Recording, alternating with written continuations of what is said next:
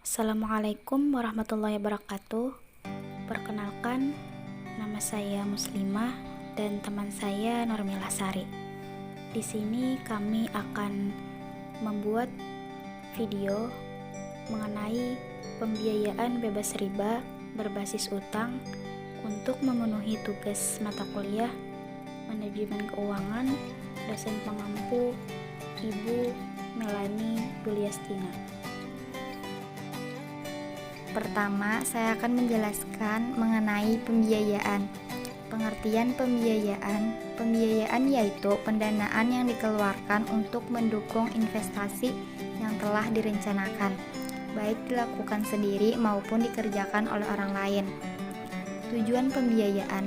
Tujuan pembiayaan berdasarkan prinsip syariah adalah untuk meningkatkan kesempatan kerja dan kesejahteraan ekonomi sesuai dengan nilai-nilai Islam.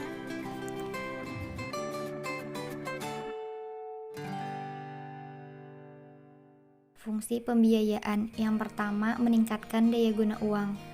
Peran nasabah yang menyebar dananya di bank dalam bentuk seperti giro, tabungan, dan deposito. Uang tersebut presentasi tertentu yang ditingkatkan kegunaannya oleh bank dalam bentuk pembiayaan yang disalurkan dengan pengusaha. Yang kedua, meningkatkan daya guna. Produsen yang memperoleh bantuan pembiayaan dari bank dapat menggunakan uang tersebut untuk mengubah bahan mentah menjadi bahan jadi. Yang ketiga, meningkatkan peredaran uang. Pembiayaan yang disalurkan melalui rekening pengusaha akan menciptakan peredaran uang giral dan sejenisnya seperti cek, biaya giro, wisel, dan lain-lain sehingga dapat menimbulkan kegairahan berusaha. Yang keempat, stabilitas ekonomi.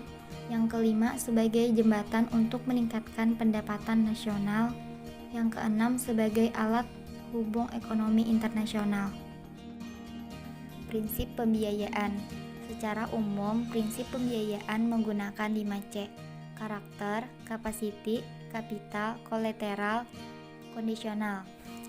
Karakter artinya sifat atau karakter nasabah yang pengambil pinjaman.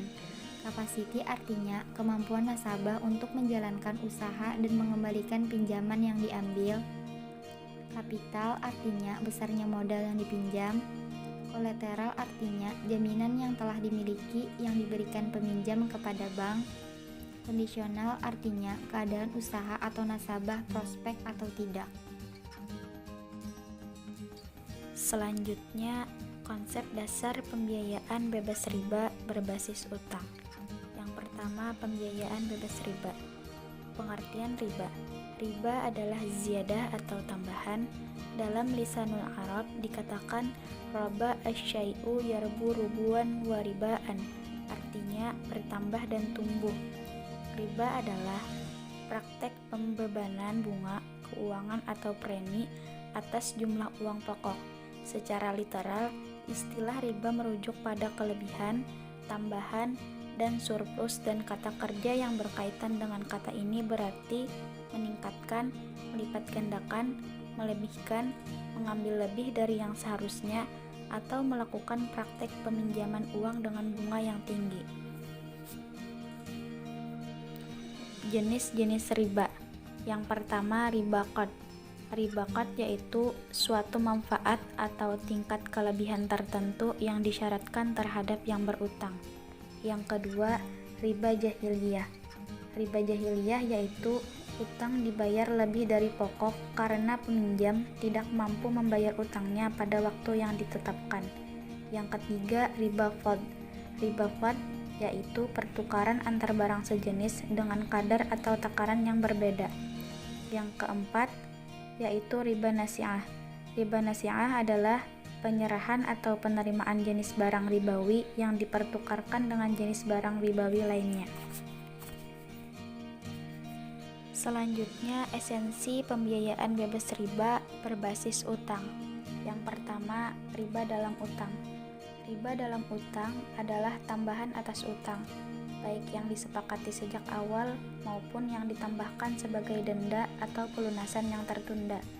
Riba utang bisa terjadi dalam qad, pinjam atau utang piutang, ataupun selain qad seperti jual beli kredit, Semua bentuk riba dalam utang tergolong riba nasi'ah karena muncul akibat tempo atau penundaan. Yang kedua yaitu pembiayaan berbasis utang. Pembiayaan utang mencangkup dana yang dipinjam oleh pemilik perusahaan kecil dan harus dibayarkan kembali dengan bunga.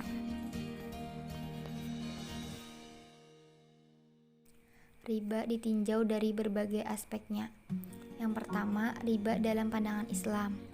Islam dengan tegas melarang politik riba. Hal ini tercantum dalam Al-Quran dan As-Sunnah. Al-Quran menyatakan haram terhadap riba bagi kalangan masyarakat muslim. Allah Subhanahu wa Ta'ala telah mewahyukan adanya larangan riba secara bertahap sehingga tidak mengganggu kehidupan ekonomi masyarakat pada saat itu. Larangan riba secara bertahap sejalan dengan kesiapan masyarakat pada saat itu. Yang kedua, riba dalam perspektif ekonomi. Riba dalam perspektif ekonomi terbagi menjadi dua, yaitu teori abstinensi. Teori ini mengemukakan untuk pengambilan bunga adalah alasan abstinensi. Menurut teori ini, ketika kreditor menahan diri, ia menangguhkan keinginannya untuk memanfaatkan uangnya semata-mata untuk memenuhi keinginan orang lain. Yang kedua, bunga sebagai imbalan sewa. Sewa hanya dikenakan terhadap barang-barang seperti rumah, perabotan alat transportasi, dan sebagainya yang apabila digunakan akan habis, rusak, dan kehilangan sebagian dari nilainya.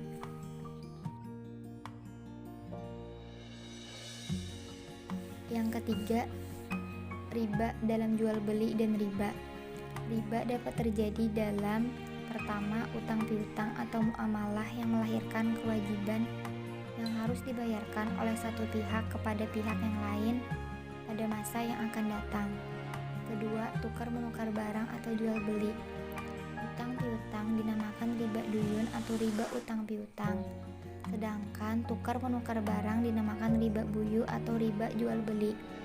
Duyun merupakan bentuk plural dari kata lain yang berarti utang. Adapun buyu merupakan bentuk plural dari kata bai yang berarti jual beli. Perbedaan bai al-bidsaman ajil dan murabahah. Yang pertama, riba utang piutang. Utang dapat dipilah jadi dua kelompok, yaitu yang pertama, utang yang muncul karena pinjam-meminjam atau qard. Yang kedua, utang yang tidak lahir dari pinjam-meminjam, seperti lahir dari jual beli kredit atau tinggalkan sewa. Yang kedua, biaya murabahah. Murabahah menurut Ibnu Qudamah dalam bukunya Mughni adalah menjual dengan harga asli ditambah dengan margin keuntungan yang telah disepakati. Tipe murabahah dibedakan menjadi dua macam. Yang pertama, murabahah, jual beli barang pada harga asal dengan tambahan keuntungan yang disepakati. Yang kedua, murabahah kepada pemesan pembelian, jual beli kedua belah pihak atau lebih bernegosiasi dan berjanji satu sama lain untuk melaksanakan sebuah kesepakatan. 3. Perbedaan murabahah dan bai al-bidsaman ajil. Bank dalam memiliki produk-produk pembiayaan dengan prinsip keuntungan yang terdiri atas A. Al-murabahah, yaitu kontrak jual beli dengan cara barang yang diperjualbelikan tersebut diserahkan segera, sedangkan harga atau pokok dan margin keuntungannya yang disepakati bersama dibayar kemudian hari secara sekaligus. B. Al-bai bidsaman ajil, yaitu kontrak al-murabahah dengan cara barang yang diperjualbelikan diserahkan dengan segera, sedangkan harga barang tersebut dibayar kemudian hari secara angsuran. Yang C. Bai salam, yaitu kontrak jual beli yang harga atas barang yang diperjualbelikan dibayar di muka sebelum barang diserahkan kepada pembeli. Sistem ribawi yang disamarkan. Yang pertama, sistem ekonomi ribawi. Salah satu penyebab utama munculnya krisis ekonomi dan keuangan di berbagai belahan dunia adalah praktek ribawi dan spekulasi finansial dalam aktivitas perekonomian. Islam dengan tegas mengharamkan riba dan spekulasi tersebut dalam sistem ekonomi umatnya. Inilah yang menjadi pembeda utama antara sistem ekonomi Islam dan sistem ekonomi konvensional. Ekonomi kapitalisme secara nyata menghalalkan bunga dan praktek spekulasi. Yang kedua, muamalah ribawi. Transaksi muamalah mualiyah juga semakin berkembang sesuai dengan tuntutan zaman. Sarana atau media dan fasilitator dalam melakukan transaksi juga semakin canggih. Sementara, komoditas yang diikat dalam satu transaksi juga semakin bercorak ragam mengikuti kebutuhan umat manusia yang semakin konsumtif dan semakin terikat tuntutan zaman yang berkembang. Demikian video penjelasan dari kami. Semoga dengan adanya video ini dapat memberikan edukasi dan kebermanfaatan untuk kita semua. Terima kasih. Wassalamualaikum warahmatullahi wabarakatuh.